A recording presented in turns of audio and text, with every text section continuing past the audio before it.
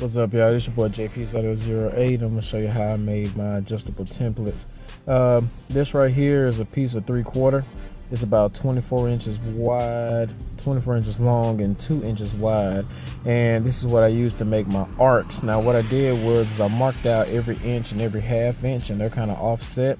I used my 5/16 drill bit to go all the way through.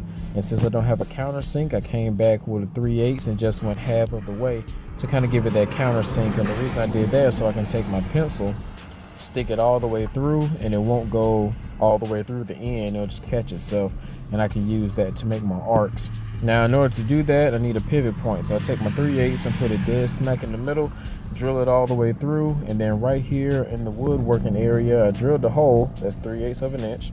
That way it can go through the jig into the hole, and then I can just take my jig, lay it flat on my wood, and now all I gotta do is take my pencil, pull it in the top, and then I can start to make my curves or make my arc.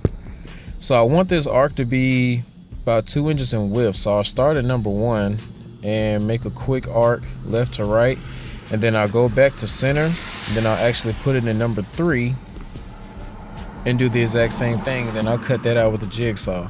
This right here is an adjustable curve. I bought it from Mobile Solutions, and it's gonna help me with some more curves, like more of the boomerang kind of curve effects and stuff like that.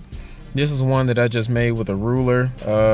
Draw it out 2 inches on the edges and 3 in the middle, and all these are rough cuts, but I will go ahead and flush trim them so they're all exact. And this is what I came up with, guys. I got a couple straight edges, I got some small arcs, some long arcs, some finishing pieces, and even though the cutting part was easy, now we got to get to the hard part, which is drilling all these holes.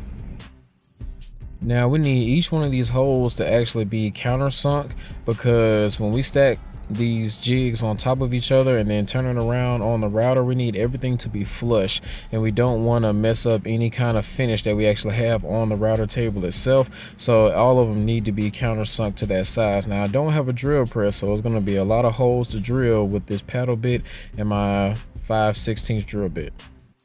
So I'll start off by using one of these straight pieces, and I just start by marking each inch with the ruler. This is one of the 12-inch pieces. I take my paddle bit and I go a certain length, and it would be so much easier with the drill press, but since I don't, I have to stop, test fit the bolt, make sure that's a flush or at least a little bit less than or more than flush, and then flip it on the other side and then drill my 5/16 hole. So with that, I take my 5/16 drill bit, I drill the hole, it goes through.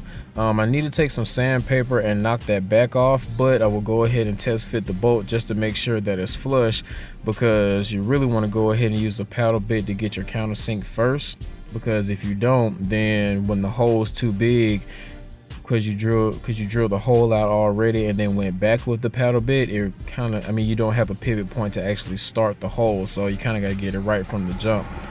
But after hours and hours of drilling all these holes, I'm finally done. I got my washers, my bolts, my fasteners at the top, and now I can make cool shapes when it comes to doing trim panels and false walls and stuff like that. This is just one shape, and here's another. But thank you for watching this video, guys. Some more cool builds to come. This is JP008 signing out.